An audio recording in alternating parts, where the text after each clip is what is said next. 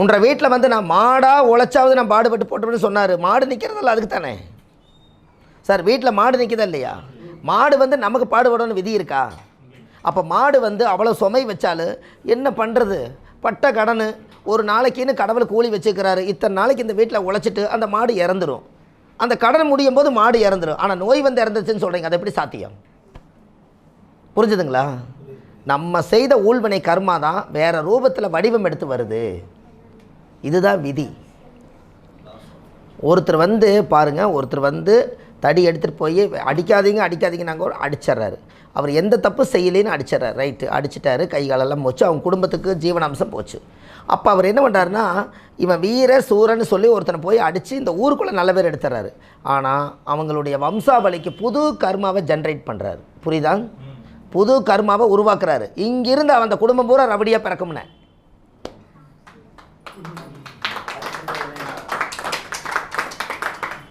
நீங்கள் புது கர்மாவை உருவாக்குறீங்க ஐயா. நீங்கள் அங்கேருந்து வெளியில் தப்பவே முடியாதுங்க யாருமே. ஒரு எவ்வளோ பெரிய சொத்து இருந்தாலும் ஒரு சிறை வாழ்க்கையை அனுபவிக்கணும்னு விதி இருந்தால் அதை அனுபவிச்சு தானே கழிக்கிறீங்க. அதுதான் கர்மா. பணம் இருக்குது, எல்லாத்துக்கிட்டையும் கொடுத்தா வெளியே வந்துடலாங்கிறாங்க. அப்படி இல்லை, ஏதோ யாரோ செய்த பாவத்துக்கும் கூட போய் அனுபவிச்சுட்டு வராங்கிறாங்க. அந்த பாவம் யாரோ செஞ்சதில்லை, போன ஜென்மத்தில் நீ செஞ்சதே தான் இவர் மூலியத்தில் நீ போயிருக்கிற. அதுதான் விஷயம். எப்படி? இதெல்லாம் நீங்கள் தெரிஞ்சுக்கங்க ஐயா. கண்டிப்பாக வேணும் இந்த உலகத்தில். நம்மளுடைய ஊழ்வினை கர்மாங்க ஐயா, அதுலேருந்து வெளியில் யாரும் வர முடியாது. நான் அதனால தான் என்ன சொல்லுவேன்னா, நான் ஒரு மனித பிறப்பு வாங்கிட்டேன். நம்ம கணவன் மனைவிங்கிறது நம்மளுக்கு தேவை. ஒரு ஆணாக இருந்தால் ஒரு மனைவி தேவைன்னு சொல்லிக்கிறாங்க. அப்போ நம்மளுக்கு எங்கேயோ பிறந்து நமக்காக ஒரு பெண்ணை பிடிச்சி நம்பி கல்யாணம் பண்ணி வைக்கிறாங்க.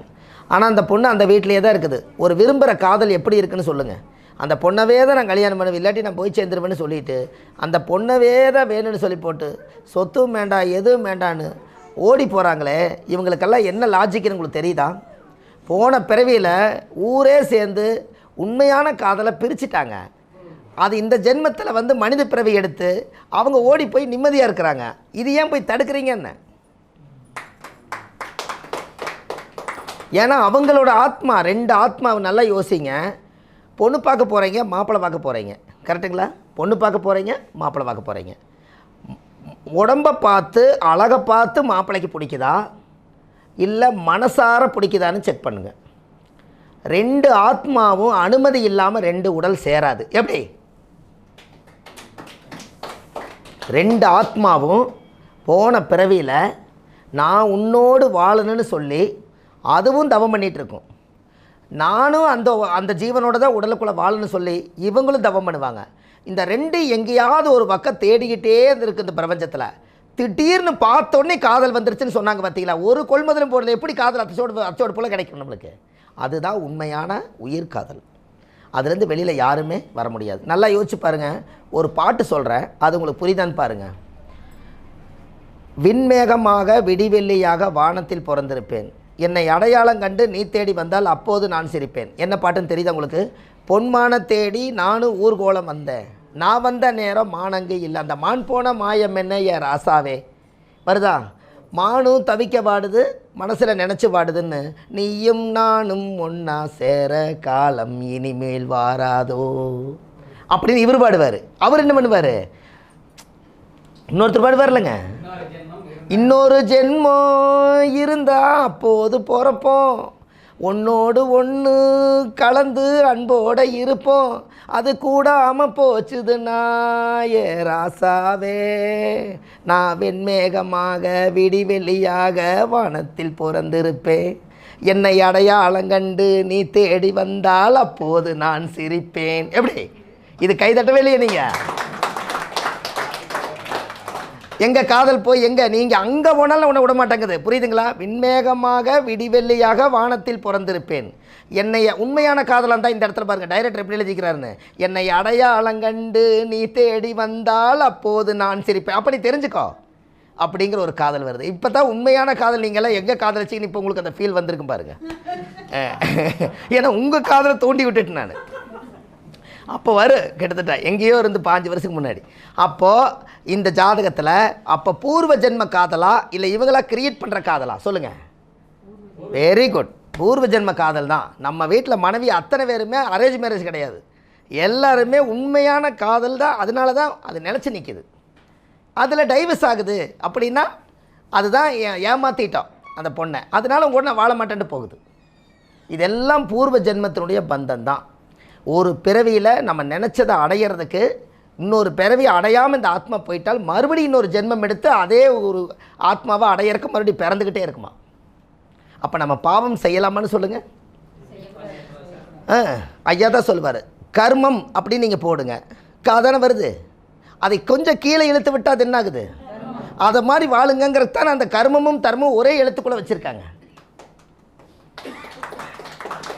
அப்போ உங்கள் வாழ்க்கையில் ஒவ்வொரு விஷயங்களும் இப்படித்தான் நம்ம செயல்படுது. அப்போ நம்ம ஜாதகத்தில் எல்லா பரிகாரம் பண்ணிட்டுங்க, ஏன் வேலை செய்யலைன்னா முதல் நம்மளுடைய உண்மையான ஜாதகத்துக்கு உண்மையான வாழ்க்கை வாழ்கிறதுக்கு அந்த ஒரிஜினலாக அந்த பொய்யும் திருட்டும் உண்மையும் இல்லாமல் நம்ம ஜாதகப்படி எப்படி பிறந்தோமோ அப்படியே வாழ்ந்த ஜாதக யோகமாக வேலை செய்யும்.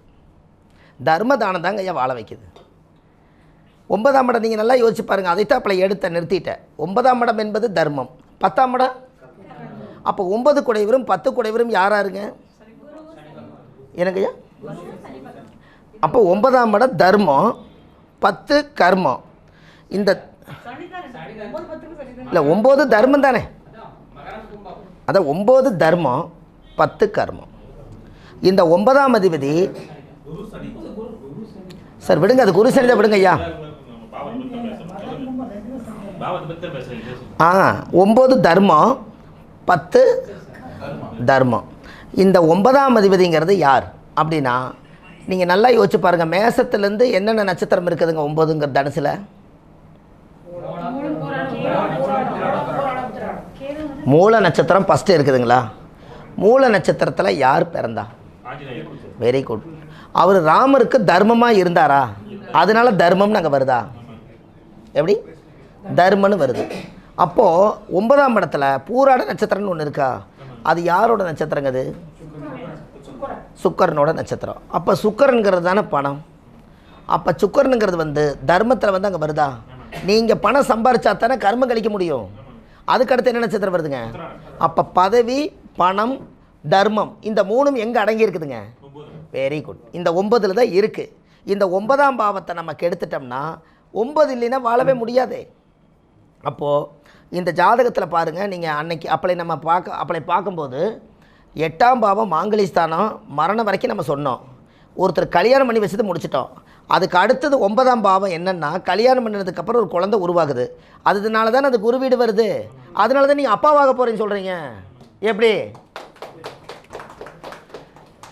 எனக்கு ஐயா சார் நீங்கள் எடுத்தோன்னே என்ன சொல்கிறாங்க? கங்க்ராங்குலேஷன், நீங்கள் அப்பாவாக போகிறீங்கன்னு. அப்போ இங்கே 8 அப்படியே 9க்கு வரும்போது அப்பாவாக போகிறீங்கன்னாச்சு. இனி கங்க்ராங்குலேஷன் எதுக்கு சொன்னாங்க தெரியுமா அந்த அம்மா? இனிமேல் சோத்தத்தை 2 வீட்டில் இருக்கக்கூடாது, 10ஆம் இடம் உழைக்கணும்னு சொன்னாங்க. அதை மறந்துடாதீங்க. இது கங்க்ராங்குலேஷன் இது பெற்றதுக்கு சொல்லலைங்க, இது வளர்த்தி வாழும் பண்ணுறதுக்கு சோறு வேணும், காசு வேணுமில்ல. அதனால் 10ஆம் இடம் எனக்கு ஐயா 10ஆம் இடம் உழைப்பு. அந்த உழைப்புங்கிறது அந்த காலத்தில் ஏன் வச்சாங்க? செவ்வாயுடைய பூமிகாரகன் செவ்வாய் எங்கே உச்சமாகிறாரு? அப்போ செவ்வாயின்னா அந்த காலத்தில் கருவியே இல்லாத காலத்தில் விவசாயம் உழுது நிலந்து பண்ணுறீங்க. அதனால தானே சேரு சகதி முதலே அங்கே இருக்குன்னு வச்சிங்க. அப்போ 10ஆம் இடம் ஜீவனம் தானே, அதில் சம்பாரித்த பணம் மிச்சமாச்சு நான் கும்பத்தில் கொண்டு போய் போடுறீங்க. அதனால தானே கும்பம். கும்ப லாபம். அந்த காலத்தில் பேங்க் கிடையாது, பத்திரம் கிடையாது, சேமித்து வைக்கிறீங்க. அந்த காலத்தில் பேங்க் கிடையாது, பத்திரம் கிடையாது, கூட்டுறவு வங்கி கிடையாது, எதுவுமே இல்லை. அப்படி உள்ள காலத்தில் தானியமாக சேமித்து வைக்கும்போது கும்ப பானைகளை எல்லாமே அது மண் ராசியாக வர்றதுனால மண்ணிலேயே உருவத்தை பிடிச்சி அதில் மொடாக்குள்ளே வச்சு தான் எல்லாம் ஒரு ஒரு ஒரு காலத்தில் ஒரு போர் வீரர்களே வந்தாலும் கூட ஒரு பெரிய மொடா செஞ்சு அந்த காலத்தில் பாண்டியர்களை தைச்சோடு இருப்பாங்க, எல்லாம் மொடாக்குள்ளே ஒழிஞ்சுக்குவாங்களாம். அப்போ கும்பங்கிறது சேமிப்பு. அது மட்டும் இல்லை, இவங்க வாழ்க்கையே சேமித்து வச்சுருக்காங்க. அப்போது சனிதான் பாறாங்கல், அந்த கல் அப்படி வரும் சதுரமாக, அதை உடச்சா தான் டம்முன்னு சத்தம் கேட்க உள்ள ஒரு புதையல் ராசி. அதனால் கும்ப ரகசின்னு சொன்னாங்க. கும்பராசிக்கார் பணத்தை காசை மேலே எடுத்து வானத்தை காமிச்சாங்கன்னா அது அப்படியே பிடிக்கிட்டு போயிடும். அதனால் முள்ள கம்மி வச்சு, அதனால தான் கும்பன்னு பானைக்குள்ளே வச்சாங்க. அப்போது அந்த கும்பத்துக்குள்ளே வந்துட்டீங்க. அப்போ லாபம் சம்பாரிச்சாச்சு. இந்த லாபமெல்லாம் சம்பாரித்து நல்லா வாழ்ந்து முடிச்சிட்டிங்க. அடுத்தது எத்தனாம் பாவம்? 12ஆம் பாவம். 12ஆம் பாவம் என்ன ராசி? மீன ராசி. மோட்சம் அயன சயன போகம், அவர் ஓய்வு எடுக்கக்கூடிய காலம். கரெக்டுங்களா? அப்போ மோட்ச ராசி மீனெல்லாம் நம்ம திங்கிறோம், மீன் நம்மளை திங்கிறத காசியில் பார்க்கலாம், அதனால தான் அது மோட்ச ராசின்னு வச்சுக்கிறாங்க. எப்படி மீனை நம்ம சாப்பிட்றோம் இன்றைக்கி, அங்கே வெந்து வேகாமல் கொண்டு போய் தண்ணியில் இறக்கிடுவார் ஜலசமாதியில், அங்கே இருக்கிற மீன்கள்லாம் சாப்பிட்டுச்சான் வேலை முடிக்குது. அதனால தான் மோட்ச ராசி 2 மீன் இப்படி இருக்கும், இதனால தான் மோட்ச ராசின்னு வச்சாங்க. எல்லாம் 12 கட்டத்துக்கும் பாடம் இருக்கம்மா.